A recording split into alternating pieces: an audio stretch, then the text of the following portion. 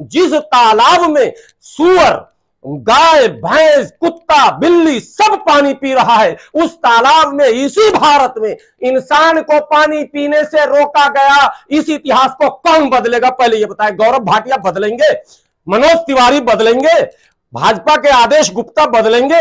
जो नेता आज मुंह फाड़ फाड़ कर राजेंद्र पाल गौतम का विरोध कर रहे हैं, वो इस इतिहास को बदलेंगे कि इसी धरती पर, इस धरती के एक महान पुरुष, एक महान योद्धा बाबा साहब अंबेडकर को पानी तालाब से पीने और अपने समाज को छूने के लिए संघर्ष ही नहीं, कोर्ट जाना पड़ा। लोगों को याद नहीं है, संघर्ष से किसी हिंदू धर्म के ब्राह्मणों ने उन्हें दे दिया हो अनुमति, ये नहीं, बंबई हाई कोर्ट से अनुमति लेनी पड़ी। यानी कि क्रिश्चियनिटी, उस समय जो जज था वो क्रिश्चियन था, उसने अनुमति दी कि हाँ, इंसान होने के नाते अगर ब्राह्मण पिएगा, क्षत्रिय पिएगा, वैश्य पिएगा तो दलित भी पिएगा।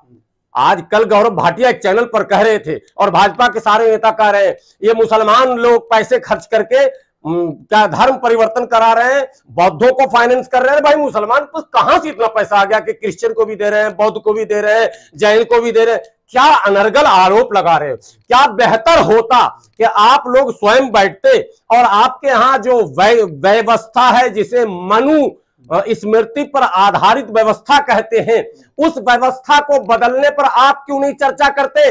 आपको कुरान की 26 आयत का पता है और आपको अपने धर्म के पुस्तक में वर्ण व्यवस्था का पता नहीं है। ब्राह्मण सर से पैदा हुआ, क्षत्रिय छाती से पैदा हुआ, वैश्य पेट से पैदा हुआ और दलित पांव से पैदा हुआ। इस लॉजिक को 21वीं सदी का कोई वैज्ञानिक मानेगा क्या?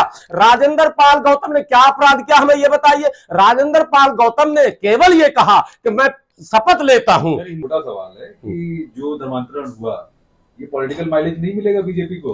अभी इलेक्शंस होने वाले हैं, बीजेपी इस्तेमाल करती है। अगर केजरीवाल नाकारा होगा और आरएसएस का दुलारा होगा तो भाजपा को माइलेज मिलेगा, वरना केजरीवाल को सामने आकर प्रेस कॉन्फ्रेंस करके ये बताना चाहिए कि क्या जो लोग हिंदू धर्म, कथित तौर पर देवी देवताओं पर अपनी आस्था नहीं प्रकट करेंगे, वो किसी सरकार की मंत्रिमंडल में रह सकते हैं या नहीं।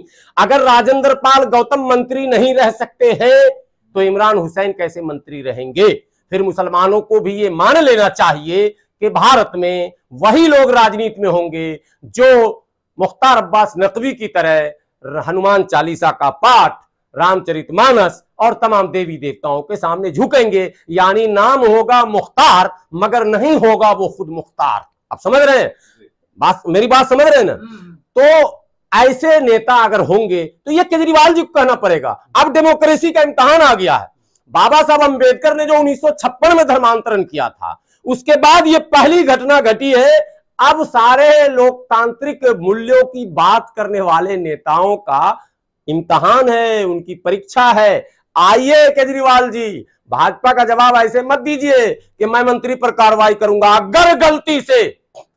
अगर गलती से भी केजरीवाल ने कोई गलत बयान दे दिया राजेंद्र पाल गौतम के खिलाफ या मंत्रिमंडल से निकाल दिया, केजरीवाल जी यूं और यूं कांटा लग जाएगा। आम आदमी पार्टी जिंदगी में भारत के किसी कोने में कहीं भी कुछ नहीं कर पाएगी और पार्टी उसी दिन समाप्त हो जाएगी। इसलिए डेमोक्रेसी बचाने के लिए मर्द बनकर आइए सामने और बताइए कि मैं हिंदू, आप हिंदू, आप बोलिए मैं हिंदू हूं, लेकिन मेरे साथ राजनीति करने वाले मुस्लिम भी होंगे, सिख भी होंगे, ईसाई भी होंगे, बौद्धिस्ट भी होंगे, जैनिज्म भी होंगे और सब स्वतंत्र होंगे अपनी अपनी आस्था पर। और किसी ने किसी को गाली नहीं दिया। राजेंद्र पाल गौतम ने कहीं कोई अपमान किया क्या? उसने ये कहा है कि मैं आज से फला देवी देवताओं को नहीं मानता। ये तो इस्लाम के मानने वाले भी नहीं मानते, क्रिश्चियन भी नहीं मानते, सिख भी नहीं मानते। तो क्या करोगे, सबको जेल भेज दोगे क्या? ऐसा नहीं होता भाई। आपकी आस्था आप मानो, हमारी आस्था हम नहीं मान रहे। मैं फिर कह रहा हूं कि भारत आस्थाओं का देश है, मान्यताओं का देश है, परंपराओं का देश है। और इन आस्थाओं, मान्यताओं, परंपराओं के का ही नाम हिंदू है। और आस्थाएं और परंपराएं समय के साथ बदलती रहती है। इस बात को कोई बोलेगा नहीं, मैं कह रहा हूं।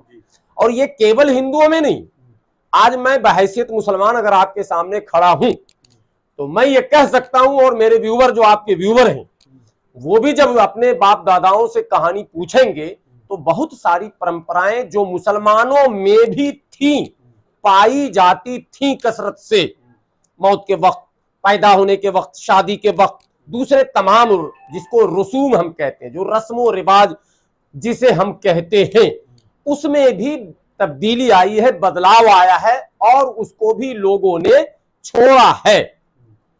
ऐसे में अगर कोई रस्मो रिवाज को छोड़ता है और डंके की चोट पर छोड़ता है, रस्म रिवाज नहीं, धर्म ही छोड़ दिया उन्होंने। वो धर्म, फिर वही बात, जिस धर्म को आप धर्म कह रहे हैं वो दरअसल रस्म रिवाज परंपरा है।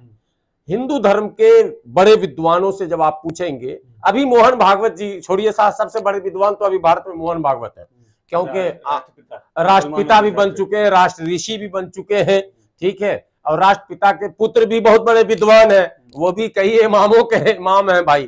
तो ऐसे में मोहन भागवत जी ने स्वयं ये कहा कि हिंदू कोई धर्म नहीं है, ये परंपरा है और भारत का सभी व्यक्ति हिंदू है, इसीलिए हिंदू राष्ट्र है, ये तर्क है उनका। तो भैया तो आप स्वयं कह रहे हैं कि हिंदू धर्म नहीं है, एक परंपरा है। तो परंपराएं तो बदलती रहती है और परंपराओं को बदलना भी चाहिए। दुनिया जैसे जैसे बदलेगी परंपराएं वैसे वैसे बदलेंगी और सबकी बदलती है। ये पूरी प्रकृति का एक माने वो चक्र है जो चलता ही रहता है, इसको कोई रोक नहीं सकता। एक बात हो गई।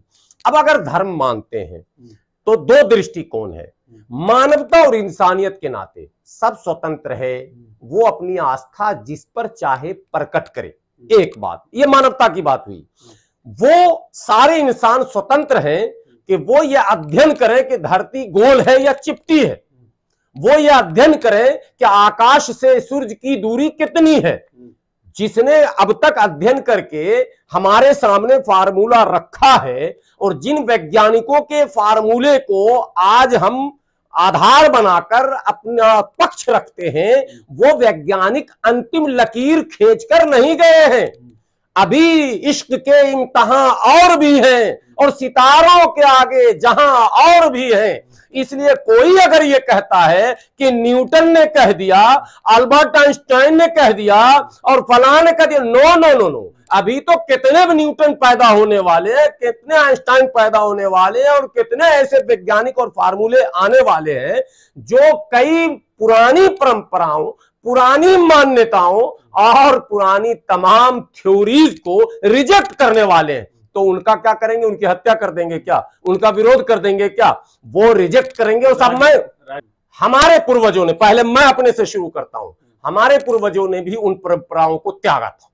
आज से 500 साल पहले, 700 साल पहले, 800 साल पहले भारत में अधिकांश लोग धरती की पूजा, आकाश की पूजा, फिर क्या कहते हैं, पहाड़ की पूजा, सूरज की पूजा, प्रकृति की पूजा, पेड़ की पूजा, सांप की पूजा, शेर की पूजा, इत्यादि इत्यादि, शक्ति की भक्ति, ये एक परंपरा थी।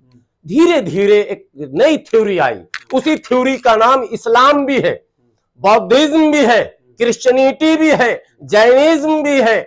ये तमाम थ्योरीज हैं जो आए, उसको एक्सपेरिमेंट किया गया। अब ये बात असल मुद्दा है कि एक्सपेरिमेंट में सिद्ध करने में कौन ज्यादा सफल हुआ।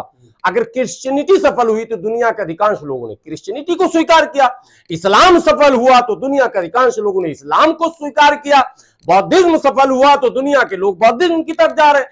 तो सारे लोग प्रकृति के नियमों के अनुसार स्वतंत्र हैं।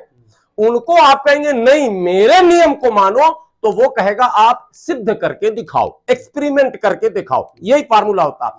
आप यदि सिद्ध करेंगे तो वो मानेगा, और उसके आपके सिद्ध करने के फार्मूले को काट कर, रिजेक्ट कर, वो उससे बेहतर फार्मूला अगर आपको दे देगा तो आपको स्वीकार करना होगा।